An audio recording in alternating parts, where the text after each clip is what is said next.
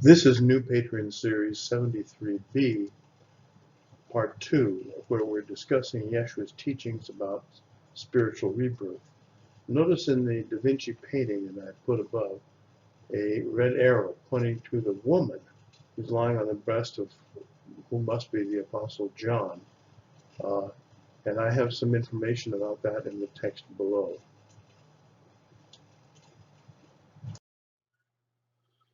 Now let's look at Yeshua's term for spiritual rebirth or regeneration.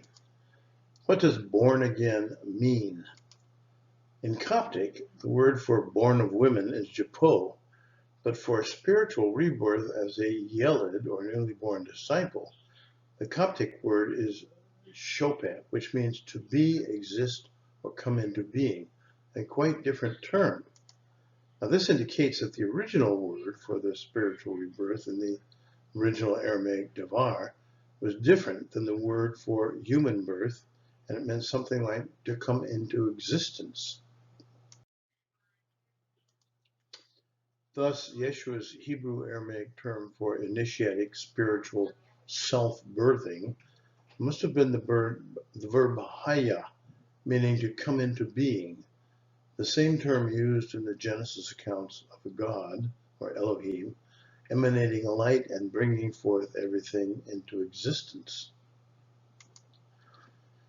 It's also probably related grammatically, and thus for Kabbalistic interpretation, to the divine name Yahweh, I am, I exist, that because I am, I exist. I am because I am. Therefore, this is not the Hebrew term for human birth, in spite of the fact that both human birth and spiritual rebirth are represented in the Greek of John 3:3 with the same verb, genao.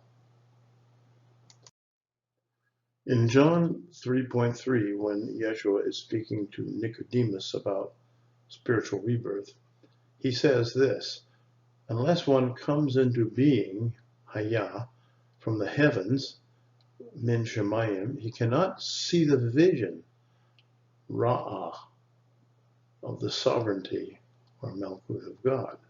He cannot see the vision of the sovereignty of God.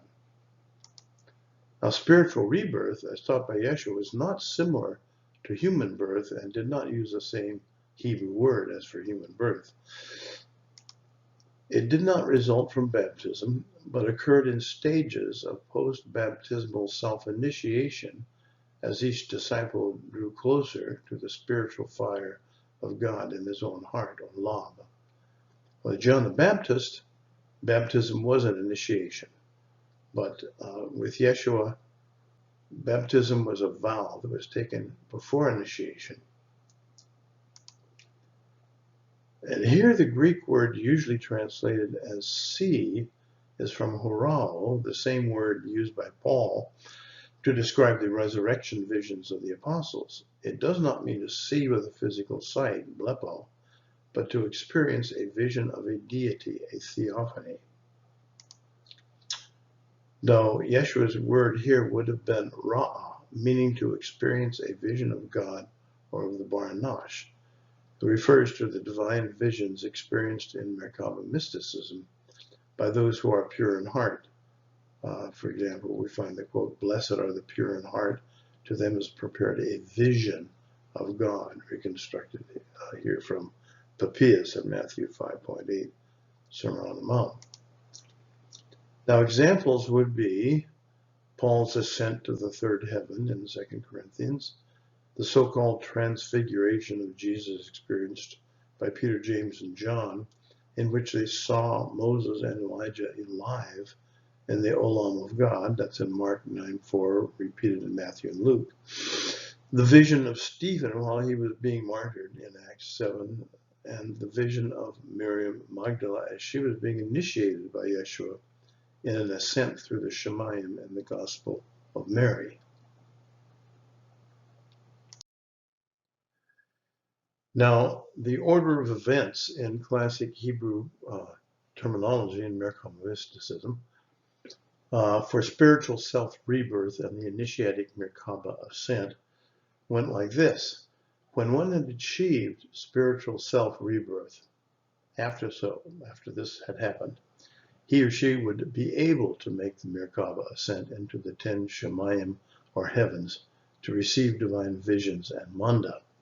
Here's that process is represented in the book of Enoch, and it shows Enoch's translation into heaven as follows. And we can see the various heavens that he is ascended into until he finally reaches the throne of God.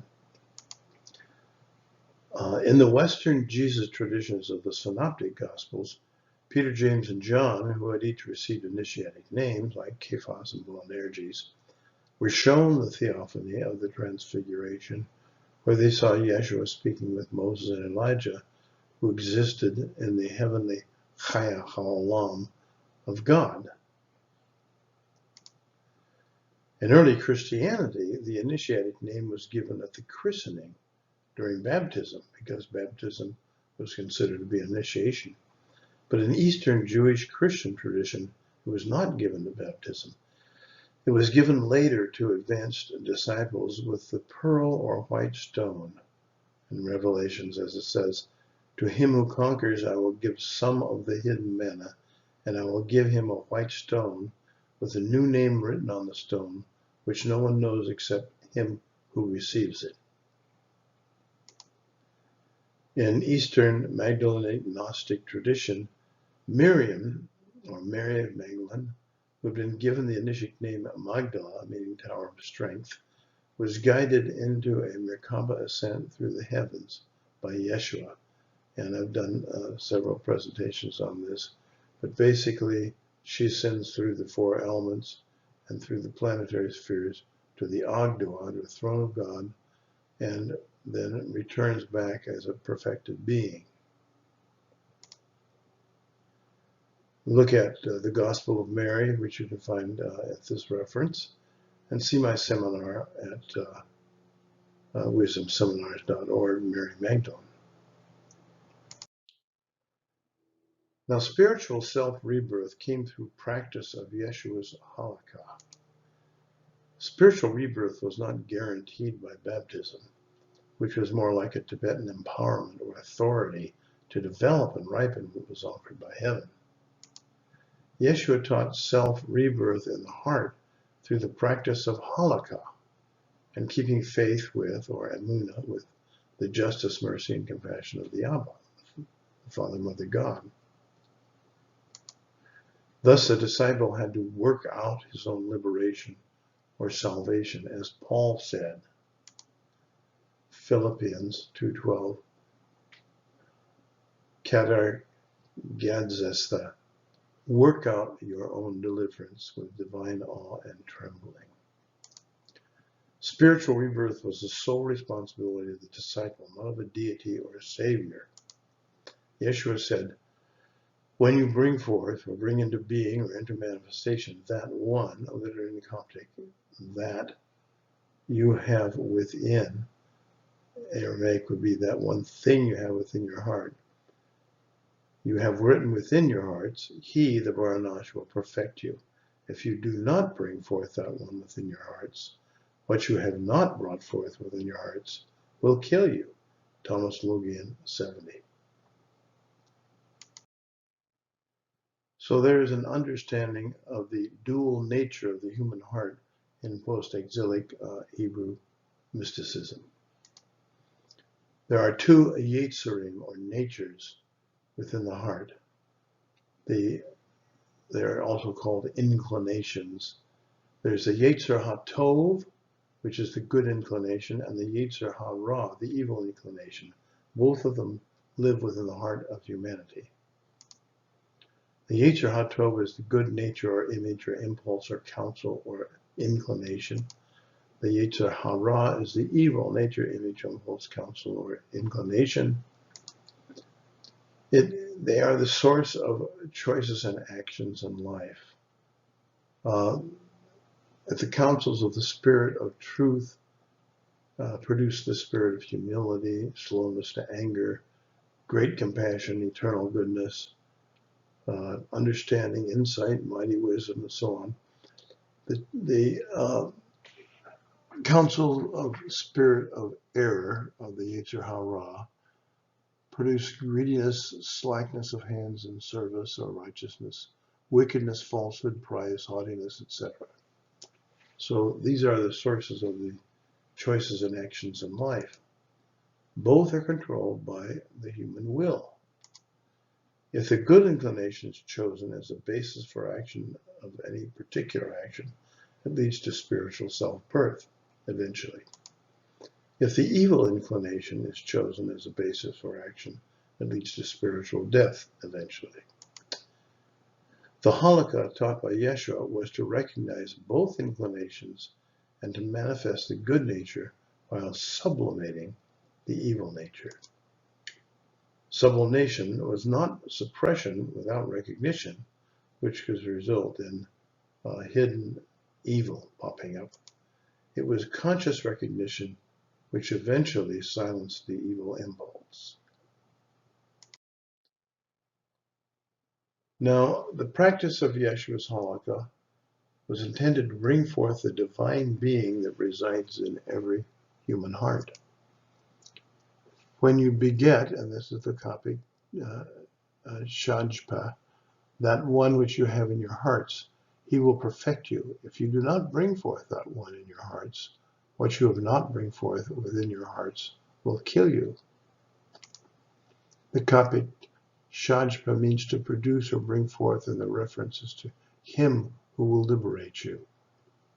And the you here is plural. He's speaking to the disciples. That one in original Aramaic is the Baranash, the new Adam that must be birthed in the heart from above. When the disciples bring forth or produce spiritual fruits, then God causes them to come into being as a newly born or Yelad of the Baranash. It is necessary to have before more will be given. The meaning is when you are begetting yourselves as a Baranash by bringing forth the good works of the Yetzer HaTov that resides within your hearts, Baranash will guide you into spiritual perfection. If you do not bring forth the good works, you will become spiritually dead. So we want to confer here some other sayings of Yeshua. These are called the measure for measure sayings. For the one who has, more is given, and from the one who has not, even what he has is taken away. That we find in Q and Matthew and Luke. Also Mark and Papias and many other sources say, whoever has receives more, but whoever lacks is deprived of even what little he has. That's Talmud Logian 41. Yeshua's halakha was not merely a collection of ideas. It was rooted in practice. This must be accomplished in the trials of daily life and interaction with others. So to summarize, the person who makes himself aware of selfish impulses and consciously sublimates them will transform them and bless his soul, but the one who is ruled by them will curse his soul. Please click on the Patreon link in my description just below the video to become a patron and helping to sponsor my new videos on the pre-Christian teachings of Yeshua. Thank you.